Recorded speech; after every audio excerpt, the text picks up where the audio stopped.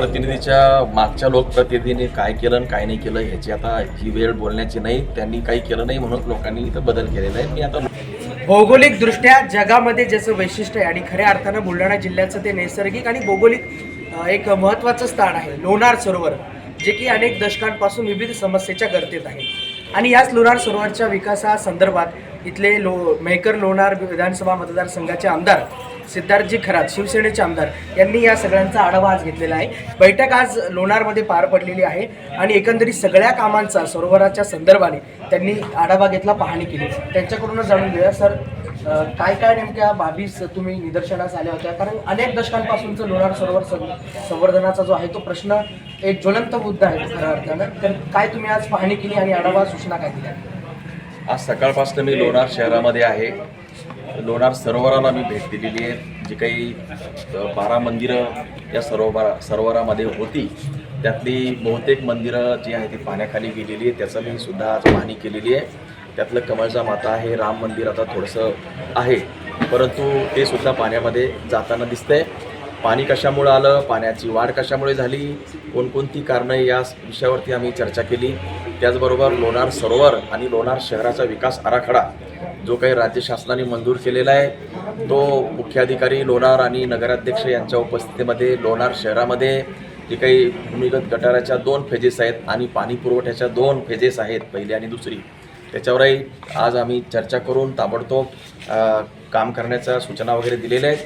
आणि जसं मी आले तेव्हापासून बोलत आहे की लोणार शहरवासियांना पाण्याचा जो प्रश्न भेडसावतो आहे ते आता मार्च एंड म्हणा किंवा एप्रिल महिन्यामध्ये किमान लोणारवासियांना पाण्याची जी काही रिलीफ आहे, पाणी मिळत नव्हतं, आता महिना दीड महिना जे पाणी मिळत नाही ते पाणी किमान 8 ते 10 दिवसावरती आणण्याची जी काही तरतूद आहे, तजवीज आहे, ते या निमित्तानं या मार्च एंड म्हणा किंवा मग एप्रिलच्या पहिल्या दुसऱ्या आठवड्यामध्ये निश्चितपणानं लोणारकरांना एक चांगला दिलासा मिळेल अशा प्रकारची आजची चर्चा करून आम्ही कार्यान्वित केलेली आहे.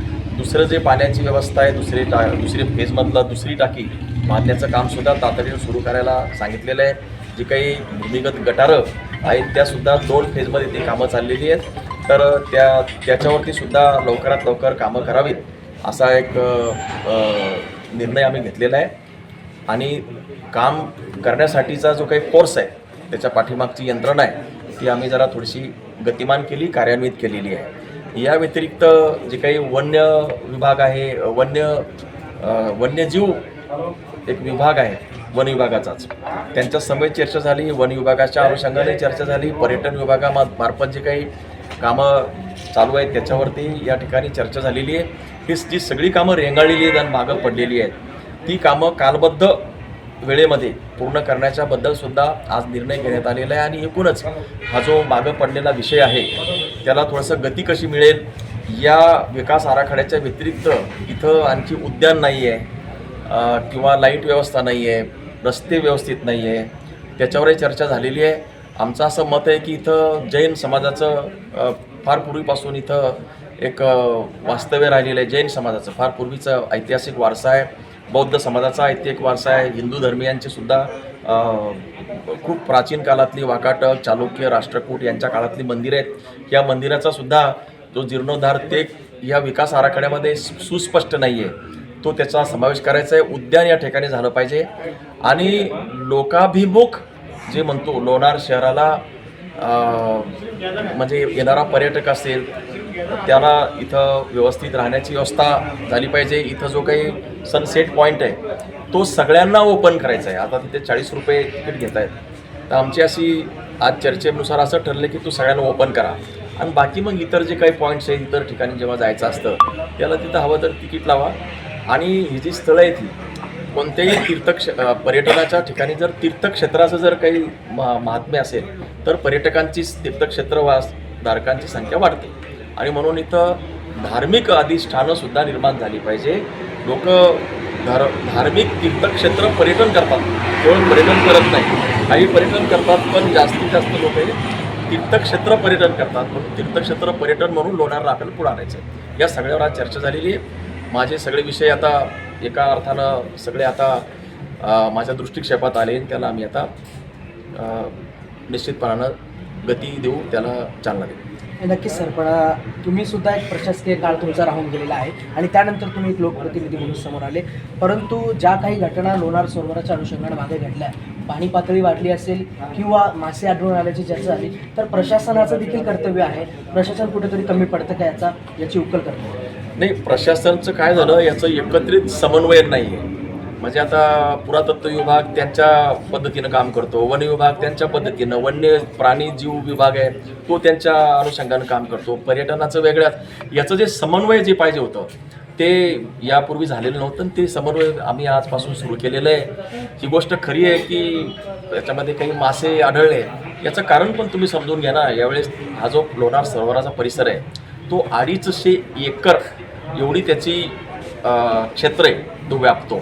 250 एकर जमिनीमध्ये, भूभागामध्ये ढगफुटी झाली ना मागच्या वेळेस 22 जुलैला, आणि 212 मिलीमीटर पाऊस झालेला आहे.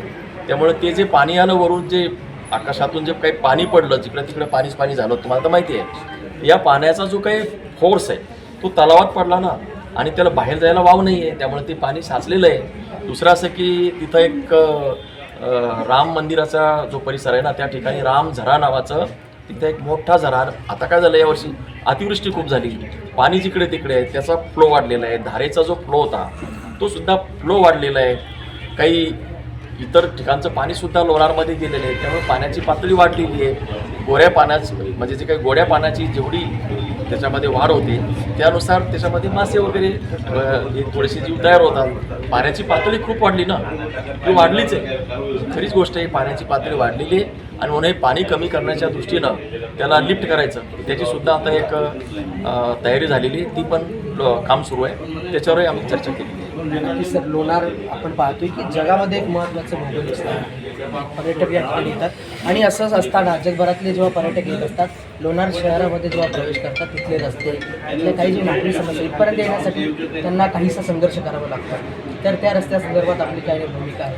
नाही, रस्ते आहेत, उद्यानं आहेत, आणखी निवास व्यवस्था आहे, लॉजिकल काही गोष्टी आहेत, त्या खऱ्याच इथं अपूर्ण आहेत, ही गोष्ट खरी आहे. परंतु आता सगळे याच्यावर चर्चा करून आम्ही सगळेजण, सगळे आता इथले नगराध्यक्ष आहेत, आमची पार्टी मंडळी आहे, शासनातली यंत्रणा आहे, या सगळ्यांचा आता समन्वय केलेला आहे आणि या सगळ्या एकूणच या विषयाला आता आम्ही गती देतोय आणि विकास आराखडासुद्धा सुधारित करण्याच्या दृष्टीने आम्ही माझे स्वतःचे प्रयत्न सुरू आहे आणि याला यश येईल अशी मला खात्री आहे. सर, एक शेवटचा प्रश्न असा होता की असं तुम्हाला वाटते का, किंवा हा प्रश्न जो आहे तो पोटतिडकीनं मांडण्यासाठी विरोधक काय जे सगळं राजकारण विसरून त्यांनी एकत्र समन्वय साधून चर्चा साधक बाधक केली पाहिजे असं वाटतं? थांबा ना 2 मिनिटं.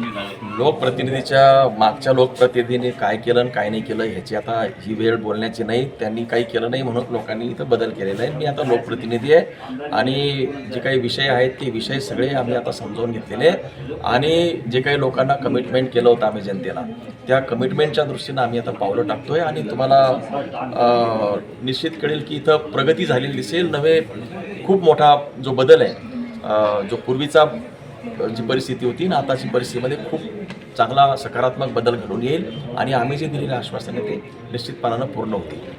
नक्कीच आश्वासनं जी दिलेली होती ती पूर्ण होतील आणि नक्कीच येत्या काळामध्ये जे आहे लोणार सरोवराच्या संदर्भाने खूप मोठा बदल पाहायला मिळेल असं जे आहे सिद्धार्थ खरात आमदार साहेब यांनी स्पष्ट केलेलं आहे. दैनिक महाभूमीसाठी अभिषेक वरपे, लोणार, बुलढाणा.